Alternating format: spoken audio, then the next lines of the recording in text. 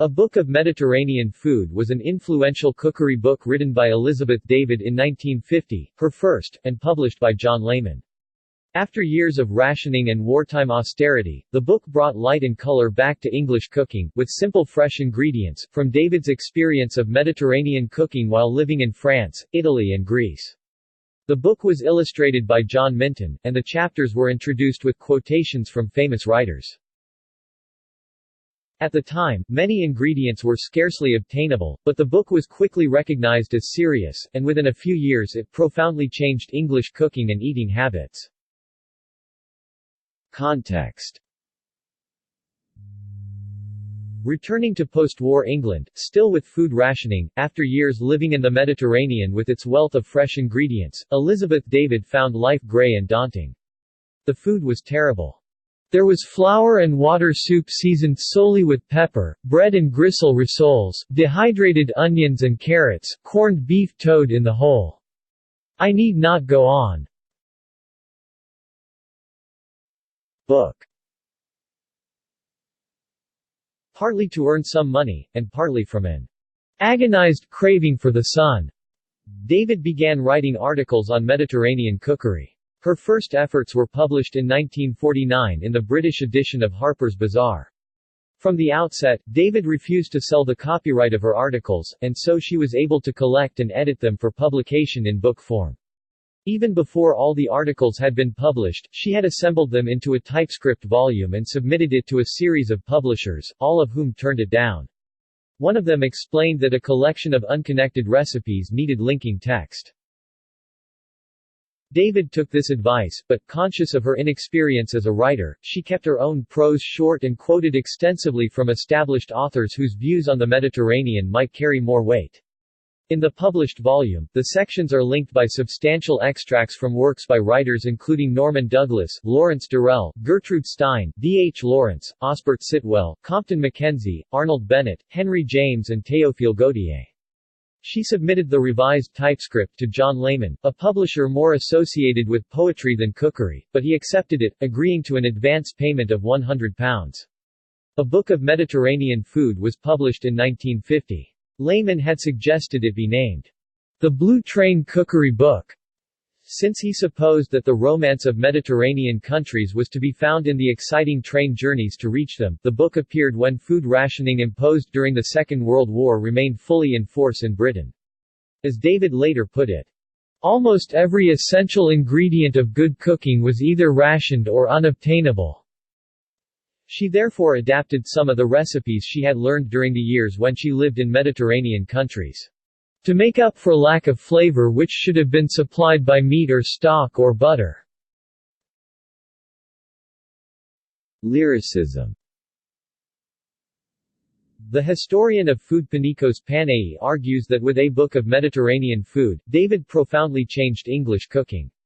He considers the opening section to contain perhaps the most evocative and inspirational passage in the history of British cookery writing. The cooking of the Mediterranean shores, endowed with all the natural resources, the color and flavor of the South, is a blend of tradition and brilliant improvisation. The Latin genius flashes from the kitchen pans. It is honest cooking too, none of the sham grand cuisine of the International Palace Hotel. David then describes the region and its perfumes. From Gibraltar to the Bosphorus, down the Rhône Valley, through the great seaports of Marseille, Barcelona, and Genoa, stretches the influence of Mediterranean cooking, conditioned naturally by variations in climate and soil and the relative industry or indolence of the inhabitants. The ever-recurring themes in the food throughout these countries are the oil, the saffron, the garlic, the pungent local wines. Illustrations. Layman commissioned a colored dust jacket painting and black and white internal illustrations from his friend the artist John Minton. Writers including Cyril Ray and John Arlott commented that Minton's drawings added to the attractions of the book. David, a woman of strong opinions, thought good illustration important. Minton provided 15 decorations to give a feeling of the Mediterranean, rather than simple illustrations of dishes from David's recipes. For example, his port scene shows a sailor drinking and conversing with a young woman beside a table laden with food. In the background is a street restaurant and boats in a harbor. Although David did not like Minton's black and white drawings, she described his jacket design as stunning. She was especially taken with his beautiful Mediterranean bay, his tables spread with white cloths and bright fruit, and the way that pitchers and jugs and bottles of wine could be seen far down the street. Contents. The chapters cover in turn, soups, eggs and luncheon dishes, fish, meat, substantial dishes, poultry and game, vegetables, cold food and salads, sweets, jams, chutneys and preserves, and sauces. The soup chapter sets the pattern for the book, with short, simple recipes, such as soup of haricot beans, 2 brief paragraphs, interspersed with long, complex ones like that for Mediterranean fish soup, which covers 3 pages. The eggs and luncheon dish section likewise balances the concise and simple such as ratatouille aux oeufs against the detailed and discursive 3-page consideration of omelets. Unlike many writers of cookery books, David rarely gives precise quantities or timings. In the fish chapter, her suggestion for fresh tuna is cut it into thick slices like a salmon steak, and sauté it in oil or butter, adding, halfway through the cooking, 2 or 3 tomatoes, chopped, a handful of cut parsley, and a small glass of wine, either red or white. Serve plainly cooked potatoes with it. The meat section begins with recipes for veal, generally unfamiliar at English tables in 1950. David also gives recipes for kid and boar. Mutton, by contrast, was more often served then than in more recent decades, and David gives 4 recipes for it, one of them disguising the flavor to taste like venison by long marinating and highly seasoned saucing. The substantial dishes chapter discusses and illustrates the merits of risotto and paella, and deals with polenta and spaghetti, both less familiar in Britain then than now, and goes on to describe cassoulet. The next chapter, on poultry and game, begins with recipes for cooking chicken and duck, and goes on to partridge, both à la Provençale and in Greek style, quail and pigeons, concluding with snipe cooked en papillote with mushrooms. The Mediterranean theme of the book is emphasized in the section on vegetables, in which there are 5 aubergine recipes and only 1 potato dish, pomme Anna. Dishes from Greece and North Africa are included along with typical southern French standards such as tomates provençales.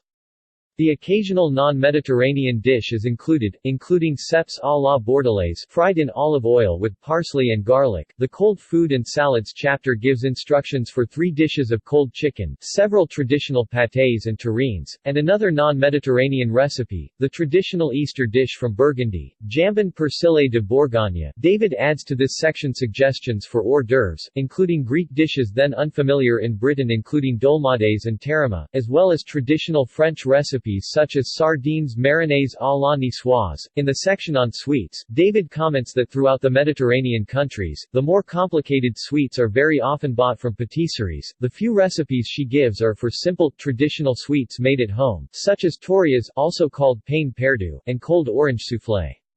The jams, chutneys and preserves section includes preserved melon alongside more familiar fruits such as pears and plums. In the final chapter, on sauces, David includes classics like béchamel, béarnaise, hollandaise and mayonnaise, which, she advises, stir steadily but not like a maniac.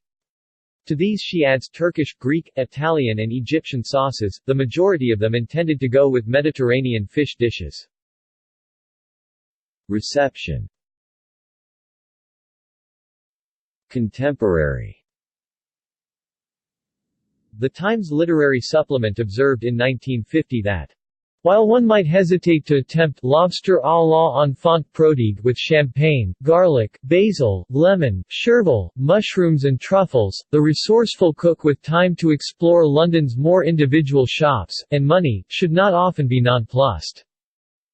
The Observer commented, also in 1950, that the book deserved to become the familiar companion of all who seek uninhibited excitement in the kitchen. Modern. The celebrity cook Clarissa Dixon Wright comments that the book was a breath of fresh air in the years of austerity that followed the Second World War, and David's espousal of excellent, well-prepared ingredients has become the hallmark of English food at its best. At that time, food was dull, vegetables were thoroughly stewed, and olive oil was something you bought at the chemist and was marked for external use only. David, on the other hand, evoked a world of sunshine and lavender, of bougainvillea and cannas, and of fresh and simple food beautifully prepared. John Koski, writing in the Daily Mail, notes that most of the publishers at the time thought a cookery book at best absurd, when there was so little food to cook, and the ingredients of the Mediterranean lands, olive oil, saffron, garlic, basil, aubergines, figs, pistachio nuts, were hardly to be found in central London, and readers had to rely on memory or imagination to enjoy David's recipes. All the same, the recipes were honest, collected in Provence, Italy, Corsica, Malta and Greece, and the book was acclaimed as a serious work. Within a few years, Koski observes, paella, moussaka, ratatouille, hummus and gazpacho had become familiar in home kitchens, restaurants and supermarkets throughout the country. Rachel Cook, writing in The Guardian, quotes the chef Simon Hopkinson, who knew David in the 1980s, as believing that David's powerful effect on British palates was as much a question of timing as anything else. She arrived on the scene at just the right moment. The British middle classes, exhausted by austerity, were longing, even if they did not precisely know it, for the taste of sunshine. Caroline Stacey, writing in The Independent, calls the book her hymn of longing to the cooking around the southern shores, noting that it changed what the British middle classes ate, and that she ushered not only olive oil and garlic, but also aubergines, courgettes and basil onto the stripped pine tables of 1960s kitchens. Melanie McDonough, writing in The Telegraph, states that with A Book of Mediterranean Food, David introduced the Brits to the cooking of Greece, Italy and Provence in 1950 after her return from Greece, via Egypt and India. She comments that the cookery writer Jane Grigson, a devotee, said, "Basil was no more than the name of bachelor uncles, courgette was printed in italics as an alien word, and few of us knew how to eat spaghetti." Then came Elizabeth David, like sunshine. McDonough adds that David was one of the first and much the classiest of the personality food writers, even though she was never a telly chef, paving the way for Jamie, Nigella, Nigel and Hugh F.W. Dissenting from the general acclaim, Tom Norrington Davies, also writing in The Telegraph, argues that the book reached only a very small section of the population, but at once qualifies this, stating that these readers were undergoing a dramatic upheaval. Educated, moderately wealthy women suddenly found themselves in their kitchens without servants.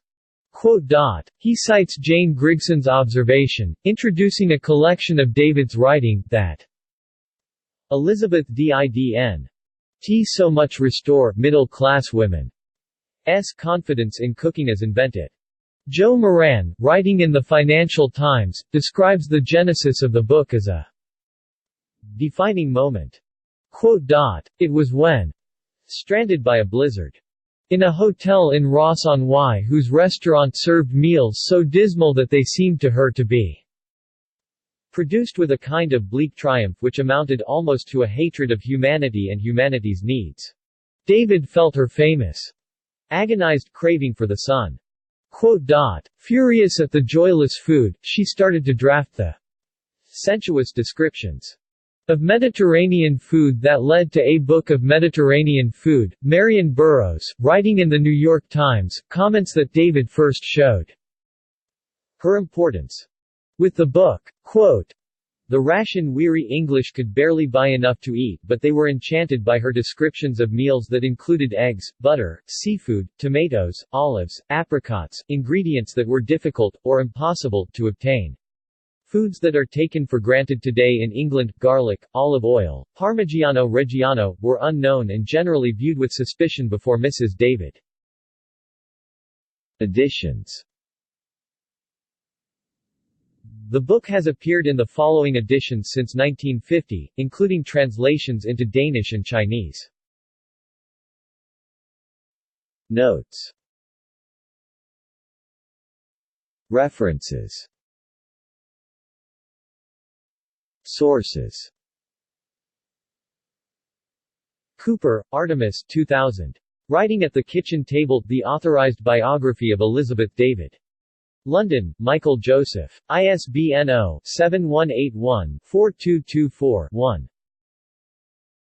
David, Elizabeth 1986-1984. An Omelette and a Glass of Wine, 2nd ed. Harmondsworth, Penguin. ISBN 0-14-046721-1. David, Elizabeth 1999, 1950, 1951, 1955. Elizabeth David Classics, Mediterranean Food, French Country Cooking, Summer Food, 2nd ed. London, Grub Street. ISBN 1-902304-27-6.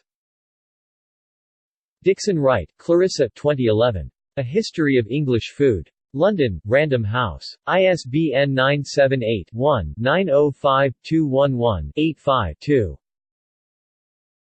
Panay, Panicos 2010, 2008. Spicing Up Britain. London, Reaction Books. ISBN 978-1-86189-373-4. External links.